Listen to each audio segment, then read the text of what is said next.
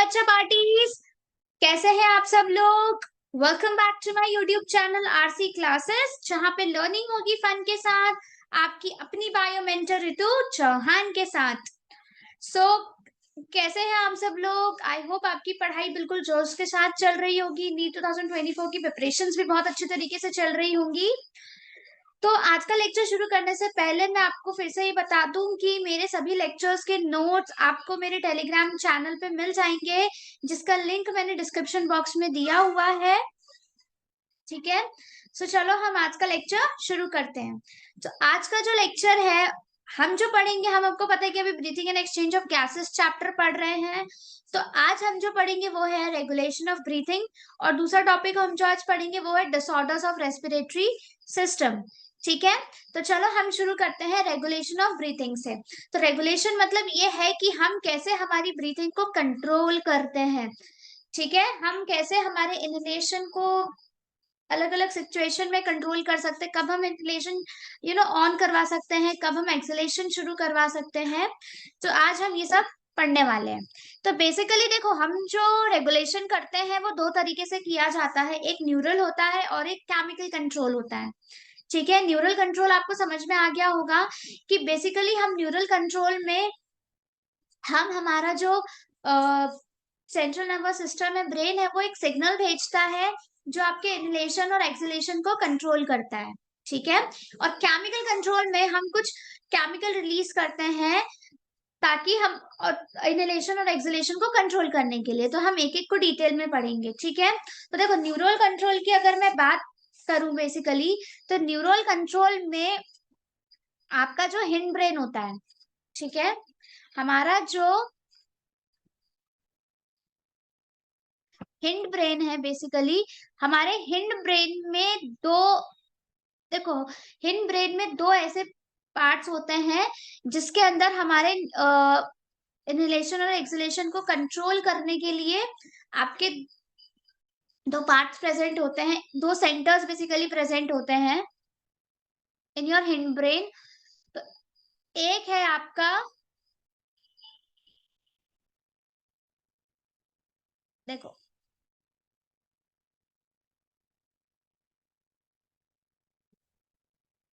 एक है मेडुला और दूसरा है पॉन्स। ये दोनों ऐसे पार्ट हैं आपके हिंड ब्रेन के जिसमें हमारे क्या प्रेजेंट होते हैं, हमारे जो centre for controlling your respiration. ठीक है, तो हम एक एक को डिटेल में पढ़ेंगे। केमिकल में भी दो तरीके के आपके होते हैं, एक होता है आपका सेंट्रल, ठीक है, एक होता है आपका सेंट्रल और दूसरा होता है आपका पेरिफेरल। कौन सा होता है आपका, पेरिफेरल। ठीक है, तो हम सबको एक एक करके डिटेल में पढ़ेंगे। चलो, सबसे पहला है आपका न्यूरल रेगुलेशन। तो न्यूरल रेगुलेशन में मैंने अभी आपको बताया कि हिंड ब्रेन में दो पार्ट्स होते हैं। देखो वाले रीजन की बात करूं, if I will talk about this region, तो ये है, हो गया आपका क्या, पॉन्स। ठीक है, और ये वाला हिस्सा जो है नीचे का, ये हो जाएगा मेडुला। इसको मैं थोड़ा इधर शिफ्ट कर देती हूँ। ठीक है, ये हो गया medulla and this is your pons region. ठीक है, ऊपर वाला आपका कौन सा हो गया, पॉन्स, जिसे हम पूरा क्या बोलते हैं, पॉन्स वेरोली। और नीचे वाला कौन सा होता है, मेडुला ऑब्लेंगेटा। ठीक है, पॉन्स रीजन में आपका एक सेंटर होता है। ठीक है, पॉन्स रीजन में आपके पास ये वाला जो दिख रहा है, this is your pneumotaxic centre. Centre होता है जिसे हम बोलते हैं न्यूमोटॉक्सिक सेंटर। Pneumotaxic centre.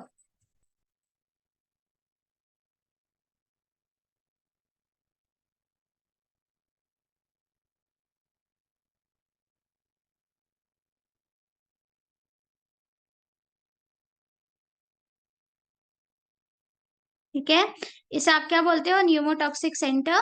और इसी को हम क्या बोलते हैं, इसका दूसरा नाम है स्विच ऑफ या फिर शट डाउन सेंटर। ठीक है, तो इसको पहले तो हम लेबलिंग कर रहे हैं, फिर हम समझेंगे कि ये कैसे वर्क करता है। मेड्यूला में हमारे पास दो सिस्टर रेस्पिरेटरी रिदमिक सेंटर होते हैं। कितने होते हैं, दो। ये दोनों क्या है, are respiratory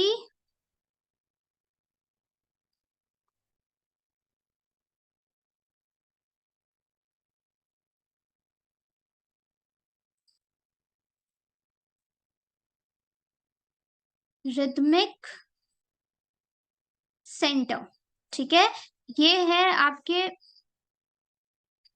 respiratory rhythmic centre. क्या है, रेस्पिरेटरी रिदमिक सेंटर। ठीक है, ठीक है, ये हो जाएगा DRG और ये है आपका VRG। ठीक है, एक क्या है आपका DRG और एक क्या है आपका VRG। DRG क्या है, डॉर्सल रेस्पिरेटरी ग्रुप, और VRG क्या हो जाएगा, वेंट्रल रेस्पिरेटरी ग्रुप।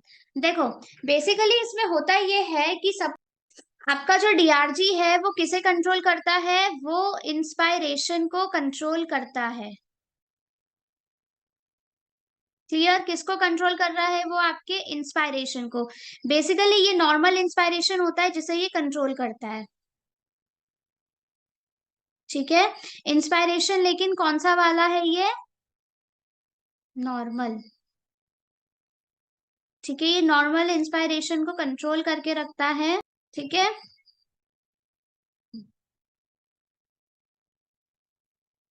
तो DRG क्या करता है, नॉर्मल इंस्पायरेशन को कंट्रोल करता है। ठीक है, नॉर्मल इंस्पायरेशन को इस तरीके से कंट्रोल करता है कि कभी भी देखो, इंस्पिरेशन नॉर्मल आप ब्रीथ कर रहे हो तो इसे सिग्नल कौन दे रहा है, आपका DRG। और DRG को कौन कंट्रोल करता है, तो DRG के लिए सिग्नल आता है आपके न्यूमोटॉक्सिक सेंटर से। न्यूमोटॉक्सिक सेंटर से, तो न्यूमोटॉक्सिक सेंटर जो होता है बेसिकली इसका काम क्या होता है, एक तो ये आपके जो रेस्पिरेटरी ग्रुप्स है इन्हें DRG बेसिकली उसे कंट्रोल करता है और इंस्पिरेशन के ड्यूरेशन को रिड्यूस कर देता है। सपोज अगर आपकी इंस्पिरेशन की जो साइकिल है अगर वो 0.2 सेकेंड्स की होती है तो उसके टाइम को रिड्यूस करके 0.1 कर देगा। मतलब ये क्या करता है, ये इंस्पायरेशन को फास्ट कर देता है। आया समझ में, इस तरीके से ये कंट्रोल करता है। DRG क्या करता है, नॉर्मल इंस्पिरेशन को कंट्रोल करता है। ठीक है, कि जब आपको इंस्पिरेशन की जरूरत है तो नॉर्मल को कौन कंट्रोल करेगा, DRG। और जो आपका VRG होता है बेसिकली ये कंट्रोल करता है इंस्पायरेशन प्लस एक्सपायरेशन दोनों को, लेकिन वो होते हैं फोर्सफुल। ठीक है, जब आपको सब नॉर्मली कब करता है ये, जैसे कि जब आपको yoga, suppose if you are doing yoga, अगर आप लोग योगा कर रहे हैं तो उस टाइम पे ये क्या करता है, क्योंकि योगा के टाइम पे हम लोग क्या करते हैं, फोर्सफुल एक्सपायरेशन करते हैं, इंस्पायरेशन करते हैं, तेजी से सांस लो, तेजी से सांस छोड़ो। उसे कौन कंट्रोल करता है, तो ये फोर्सफुल इंस्पायरेशन और एक्सपायरेशन को कंट्रोल करता है। और ये कब होते हैं, फोर्सफुल इंस्पायरेशन एक्सपायरेशन होते हैं at the time of yoga. ठीक है, या कोई स्ट्रेसफुल कंडीशन होती है ना, तब हमारी एकदम से हार्ट बीट बढ़ जाती है, ब्रीथिंग रेट बढ़ जाती है किसी स्ट्रेसफुल कंडीशन में, तो उसे ये कंट्रोल करता है। क्लियर, चलो नेक्स्ट। ये देखो यहाँ पे भी वही सब लिखा हुआ है, एक बार रीड कर लेते हैं हम लोग। ब्रेन में दो रीजन्स होते हैं जो रेगुलेट करते हैं आपके रेस्पिरेशन को, मेडुला ऑब्लंगेटा। यहाँ पे भी यही सब कुछ लिखा हुआ है तो हम लोग एक बार रीड कर लेते हैं। तो ब्रेन में दो जगह होती है जिसे ये कंट्रोल करता है, एक हो गया मेडुला ऑब्लंगेटा, पॉन्स बरोली, ठीक है। मेडुला ऑब्लोंगेटा में आपके पास दो रिदमिक सेंटर होते हैं, मैंने अभी आप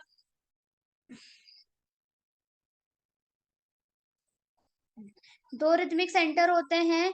रेस्पिरेटरी रिदम सेंटर एक होता है आपका dorsal respiratory group, ventral respiratory group. ये इंस्पायरेशन की नॉर्मल प्रोसेस को कंट्रोल करता है, ये इंस्पायरेशन और एक्सपायरेशन दोनों को कंट्रोल करता है, but it is always forceful inspiration. ठीक है। अब इसके बाद पॉन्स वेरोली में आपके पास क्या होता है, न्यूमोटॉक्सिक सेंटर है, जो कि आपके रेस्पिरेटरी रिदम सेंटर कौन सा, डीआरजी को क्या करता है, मॉडरेट करता है। कौन से रेस्पिरेटरी सिस्टम को ये मॉडरेट, कौन से रेस्पिरेटरी को वो मॉडरेट करता है, तो ये करता है डीआरजी को, है ना। ये डीआरजी को क्या करता है, मॉडरेट करता है, मतलब उसकी फंक्शनिंग को अल्टर कर सकता है। ठीक है। करता है, ये रिड्यूस कर देता है ड्यूरेशन ऑफ इंस्पायरेशन। अगर आप इंस्पायरेशन की ड्यूरेशन कम कर रहे हो तो अल्टीमेटली आप क्या कर रहे हो, रेट ऑफ रेस्पिरेशन भी अफेक्ट कर रहे हो। ठीक है, उसका रेट कम हो रहा है क्योंकि आप इंस्पायरेशन की टाइमिंग कम कर रहे हो। क्लियर, आया समझ में। नेक्स्ट, अब आता है आपका chemical regulation. Basically chemical regulation में आपके पास क्या क्या है, तो मैंने अभी आपको बताया है कि ये आपका क्या हो गया, ये है आपका न्यूमोटैक्सिक सेंटर। ठीक है, ये हो गया DRG and this is your VRG. ठीक है, क्या क्या हो गए आपके, वीआरजी हो गया, डीआरजी हो गया। ठीक है। अब देखो, केमिकल रेगुलेशन में बेसिकली काम जिनका होता है, केमिकल में वो केमिकल रेगुलेशन में जो होते हैं वो होते हैं आपके कीमो रिसेप्टर्स। क्या होते हैं आपके, कीमो रिसेप्टर्स।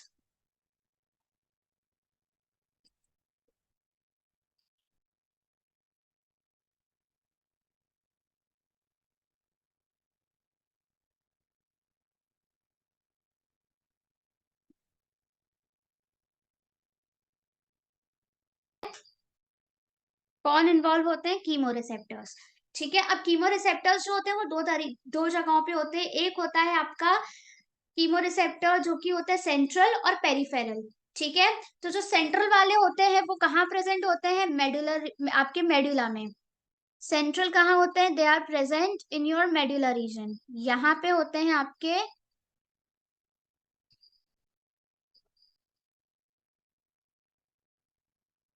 यहाँ पे होते हैं आपके सेंट्रल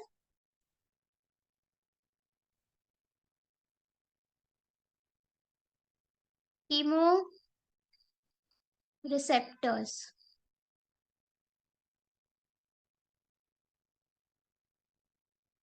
ठीक है, यहाँ पे होते हैं आपके सेंट्रल कीमो रिसेप्टर्स। कौन से होते हैं ये, सेंट्रल। और पेरिफेरल होते हैं आपकी दो आर्टरीज में जो कि हार्ट के पास होती है। ठीक है, मैं बताती हूँ। Your aorta. ठीक है,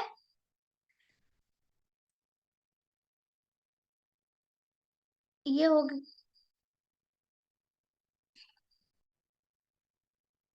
ठीक है, ये क्या है, एओटा। इसके एरोटेड बॉडीज होती है। ठीक है। ठीक है, ये एक हो गई आपकी आर्टरी, कौन सी, एओटा। ठीक है, और दूसरी होती है आपकी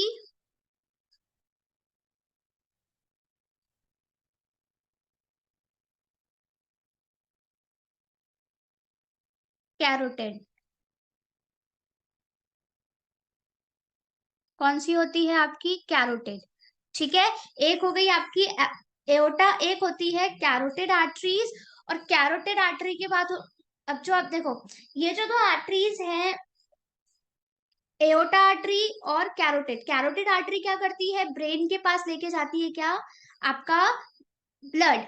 ठीक है, ऑक्सीजनेटेड ब्लड कैरोटिड आर्टरी कहाँ लेके जाती है, टुवर्ड्स योर ब्रेन। ठीक है। अब होता ये है कि जो आपकी कैरोटिड आर्टरीज होती हैं इनके पास होते हैं कुछ कीमो रिसेप्टर्स जिन्हें हम बोलते हैं कैरोटिड बॉडीज। ठीक है। है ना। कैरोटिड आर्टरीज के ऊपर कुछ रिसेप्टर्स होते हैं और कुछ रिसेप्टर्स होते हैं आपके एओर्टा में। ठीक है, तो एओर्टा वाले कैरोटिड आर्टरी का जो रिसेप्टर है, देखो, तो होता ये है कि कैरोटिड आर्टरी जो होती है ये वो आर्टरी होती है जो ब्रेन के पास आपका क्या लेके जाती है, ब्लड। ठीक है, ठीक है, ये ब्लड को कहाँ पहुंचाती है, टुवर्ड्स योर ब्रेन। तो ब्रेन के पास, अब इसके पास जो आपके कीमो रिसेप्टर्स हैं इन्हें हम बोलते हैं कैरोटिड बॉडीज। क्या बोलते हो आप इसे, कैरोटिड बॉडीज।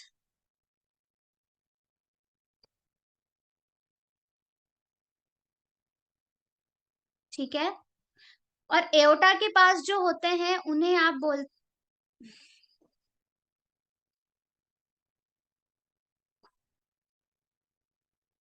ठीक है, अब एओर्टा के पास जो प्रेजेंट है उसे हम बोलते हैं एरोटिड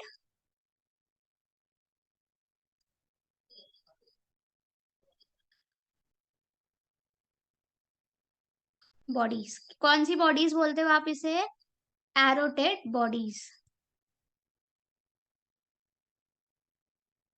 ठीक है, कौन सी बॉडीज हो गई ये आपकी, एरोटिड बॉडीज। अब होता ये है, ठीक है, ये कीमो रिसेप्टर्स होते हैं सेंसिटिव टू,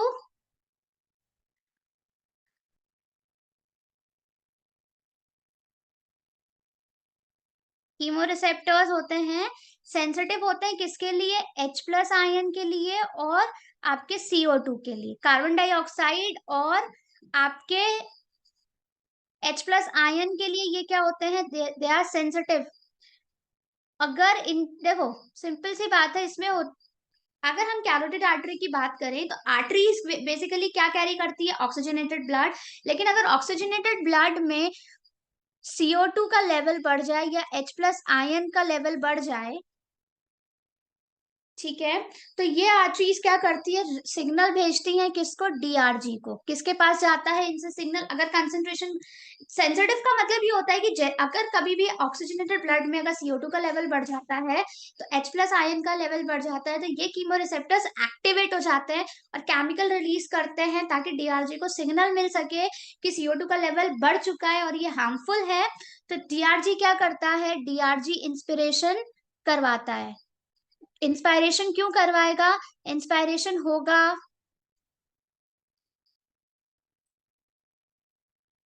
ठीक है, इंस्पायरेशन होगा, ठीक है, इंस्पायरेशन होगा तो आप ऑक्सीजन अंदर लोगे।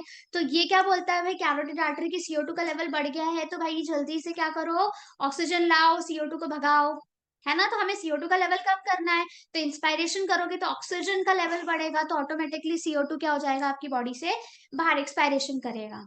आया समझ में क्या हो रहा है। और सिमिलरली सेंट्रल कीमो रिसेप्टर्स ये होते हैं कि बाय चांस मान लो कि आपके ब्रेन के आसपास अगर H प्लस या CO2 का कंसंट्रेशन बढ़ जाता है तो ऑटोमेटिकली कीमो रिसेप्टर्स क्या हो जाते हैं, एक्टिवेट, और सिग्नल भेजते हैं DRG को ताकि DRG क्या करे, इंस्पायरेशन कर सके और CO2 का लेवल कम हो जाए।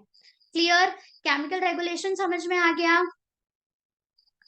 चलो नेक्स्ट, और यहाँ पे ये सब वही सेम सेम फंक्शंस दिए हुए हैं। तो ये क्या करता है, आर्ट्रियल ब्लड को में जो कीमोरिसेप्टर्स प्रेजेंट होते हैं इन्हें कंट्रोल करता है। आई होप आपको रेगुलेशन समझ में आ गया होगा। लेट्स, अब हम पढ़ेंगे disorders of your respiratory system. तो हमारा पहला डिसऑर्डर है अस्थमा। ठीक है, तो अस्थमा में क्या, अस्थमा बोलेंगे, अस्थमा नहीं है, इसको हम अस्थमा प्रोनाउंसिएट करेंगे। ठीक है, तो अस्थमा जो होता है उसमें क्या होता है, देखो बेसिकली अस्थमा में क्या होता है कि पहली तो ये क्रॉनिक कंडीशन है। कौन सी कंडीशन है ये आपकी, this is your chronic condition, जिस कंडीशन में क्या होता है कि जो भी पर्सन है उसे डिफिकल्टी होती है इन ब्रीथिंग। क्या होती है, ब्रीथिंग में डिफिकल्टी होती है। किस वजह से होती है, देखो एक तो ये एलर्जिक होती है, किसी भी एलर्जी के वजह से अस्थमा हो जाता है, अस्थमा हो जाता है, एलर्जी किसी भी एलर्जी के वजह से होती है। ठीक है, एंड इस एलर्जी, एलर्जी किसी भी वजह से हो सकती है। किसी किसी को एलर्जी जो होती है बेसिकली वो पोलन्स की वजह से, देखो एलर्जी किसी भी वजह से हो सकती है, डस्ट, पोल्यूशन, इवन किसी किसी को किन की वजह से एलर्जिक रिएक्शन हो जाती है, पोलन्स की वजह से। पोलन ग्रेन्स जो होते हैं ना उसकी वजह से भी एलर्जी हो जाती है, जिसकी वजह से क्या होता है, जिसकी वजह से इन्फ्लेमेशन हो जाता है ब्रोंकाई और ब्रोंक्यूल्स में।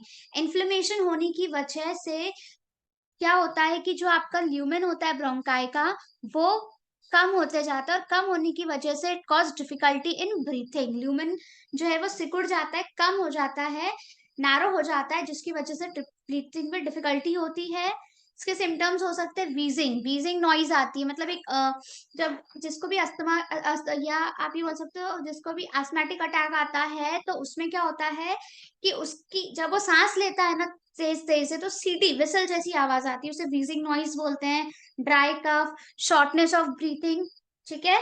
तो ये सारे क्या है, हमारे कॉमन सिम्टम्स हैं, ठीक है। अस्थमा समझ में आया। अस्थमा के टाइम पे आपने देखा होगा कि एक पंप दिया जाता है, इनहेलर दिया जाता है, जो कि पेशेंट्स इनहेल करते हैं जब उन्हें एस्थमेटिक अटैक आता है।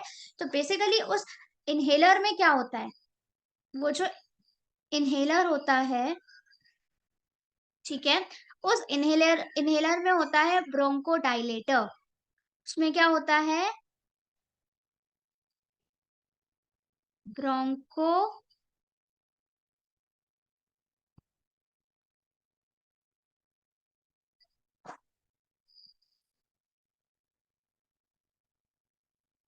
उसमें होता है ब्रोंको डायलेटर। ब्रोंको डायलेटर होता है ताकि वो क्या करता है, इन ल्यूमेन्स को चौड़ा कर देता है, वापस से वाइडन कर देता है, और उन्हें ब्रीथिंग वापस से शुरू हो जाती है। क्लियर? क्लियर है आपको अस्थमा? नेक्स्ट है आपका एम्फीस डिसऑर्डर इज और एम्फिसेमा। तो एम्फिसेमा में क्या होता है बेसिकली कि ये सबसे मेजर कारण जो होता है ना इसका, होता है धूम्रपान, सिगरेट स्मोकिंग, जो हम धुआं उड़ाते हैं ना। तो ये जो सिगरेट स्मोकिंग होती है, इसकी वजह से क्या होता है कि आपकी जो एल्वेलाई होती है वो डैमेज हो जाती है। आपकी एल्वेलाई क्या हो जाती है, डैमेज, जिसकी वजह से आपका रेस्पिरेटरी सरफेस क्या हो जाता है, कम, ठीक है। रेस्पिरेटरी सरफेस आपका डिक्रीज हो जाएगा, जिसकी वजह से डिफिकल्टी इन ब्रीथिंग होगी, क्योंकि एक्सचेंज ऑफ गैसेस डिफिकल्ट हो जाएगा ना। जब सरफेस एरिया कम हो गया तो एक्सचेंज ऑफ गैसेस भी कम होगा, डिफिकल्टी हो जाएगी इन योर ब्रीथिंग। क्लियर? आया समझ में? एम्फिसिमा क्लियर है? इसलिए क्या बोलते हैं, धूम्रपान सेहत के लिए हानिकारक है, smoking is injurious to your health, ठीक है। चलो नेक्स्ट, ऑक्यूपेशनल रेस्पिरेटरी डिसऑर्डर। कौन सा डिसऑर्डर है आपका, occupational respiratory disorder. Occupational respiratory disorder जो होता है बेसिकली, ये उन लोगों को होता है जो कुछ, देखो, ऐसी इंडस्ट्रीज में काम करते हैं जहाँ पे ग्राइंडिंग या स्टोन की ब्रेकिंग होती है, बहुत ज्यादा धूल मिट्टी उड़ती है, जैसे कि ग्राइंडिंग और स्टोन ब्रेकिंग, जिससे डस्ट प्रोड्यूस होती है ना। डस्ट प्रोड्यूस होती है, जिसकी वजह से देखो, आप दिन भर अगर उस ऐसी धूल मिट्टी वाली सिचुएशन में रहते हो, तो आपके जो डिफेंस मैकेनिज्म है, आपकी बॉडी को उससे लड़ना पड़ता है।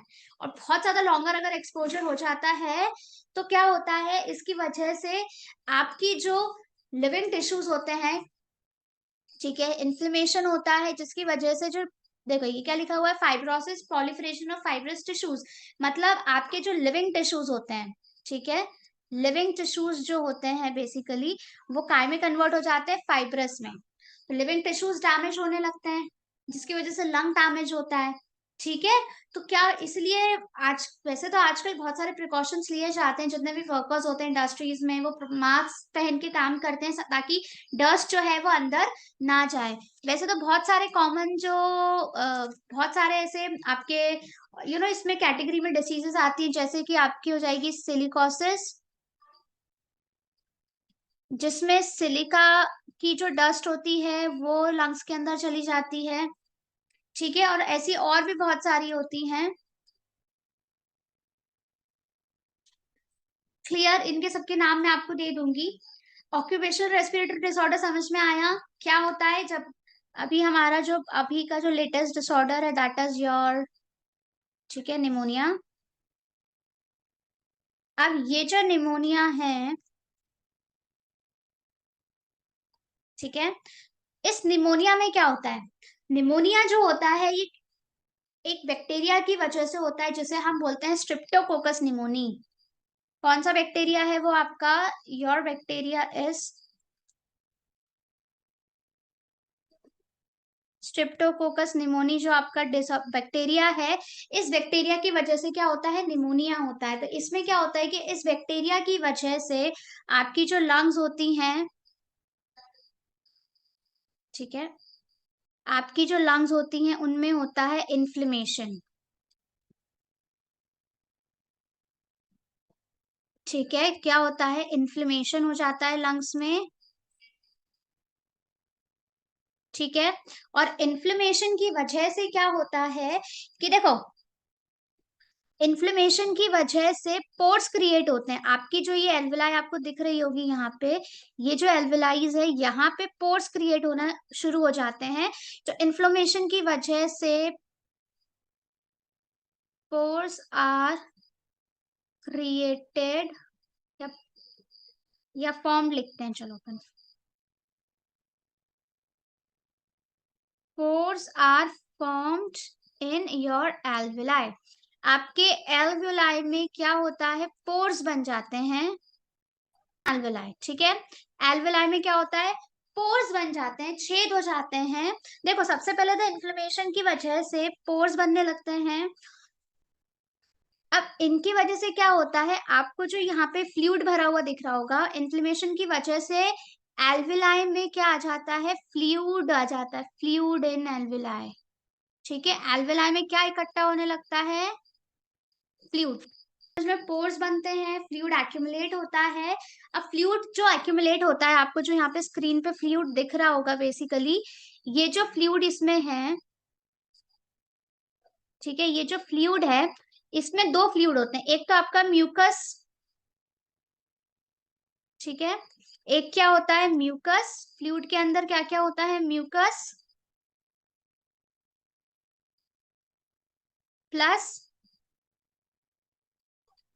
Interstitial fluid.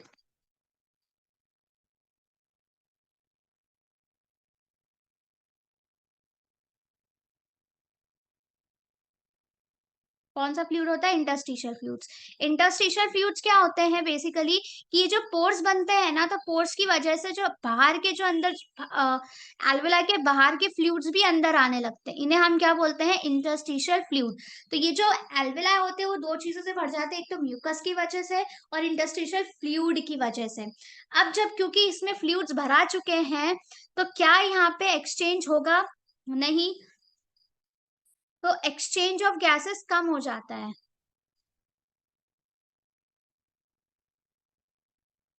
Decrease exchange of gases. ठीक है, एक्सचेंज ऑफ गैसेस कम होगा, और जब एक्सचेंज ऑफ गैसेस होगा तो डिफिकल्टी इन ब्रीथिंग होगी।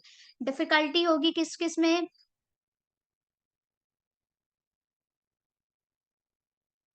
ठीक है, एक्सचेंज ऑफ गैसेस।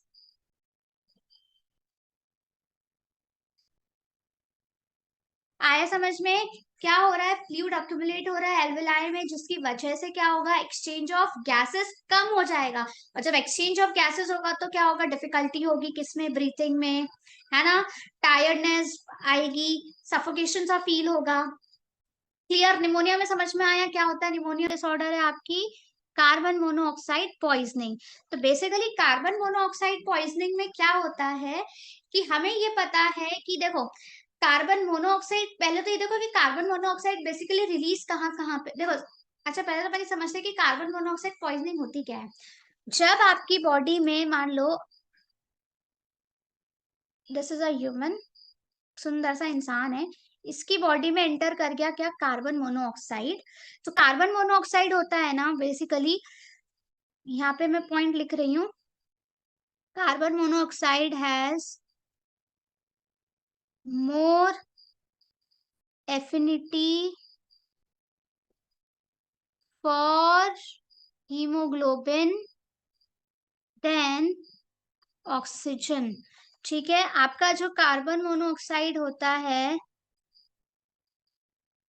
ठीक है, कार्बन मोनोऑक्साइड जो है, उसकी जो एफिनिटी होती है किसके लिए? हीमोग्लोबिन के लिए, वो ऑक्सीजन से ज्यादा होती है। क्या होती है वो ऑक्सीजन से ज्यादा होती है, कितनी अब ये जो आपकी बेसिकली एफिनिटी है वो कितनी ज्यादा होती है, वो होती कितनी होती है 2010 टाइम्स मोर। तो इसकी वजह से क्या होगा कि जैसे ही कार्बन मोनोऑक्साइड एंटर करेगा तो ये क्या करेगा, आपकी हीमोग्लोबिन से बाइंडिंग कर लेगा। कार्बन मोनोऑक्साइड क्या करेगा, हीमोग्लोबिन से बाइंड करके क्या बना लेगा, कार्बोक्सी हीमोग्लोबिन। ठीक है, क्या बना लिया उसने, कार्बोक्सी हीमोग्लोबिन। और कार्बोक्सी हीमोग्लोबिन एक स्टेबल कंपाउंड होता है। कौन कैसा कंपाउंड होता है ये होता है स्टेबल। तो इसने क्या बना लिया, कार्बोक्सी हीमोग्लोबिन, जो कि एक स्टेबल कंपाउंड होता है। स्टेबल मतलब क्या, अब ये आसानी से टूटेगा नहीं। अब जब आप देखो कि कार्बन मोनो ऑक्साइड ने हीमोग्लोबिन से दोस्ती कर ली है, आपको पता है कि कार्बन मोनोऑक्साइड ने हीमोग्लोबिन से दोस्ती कर ली है और कार्बोक्सी हीमोग्लोबिन बना लिया है।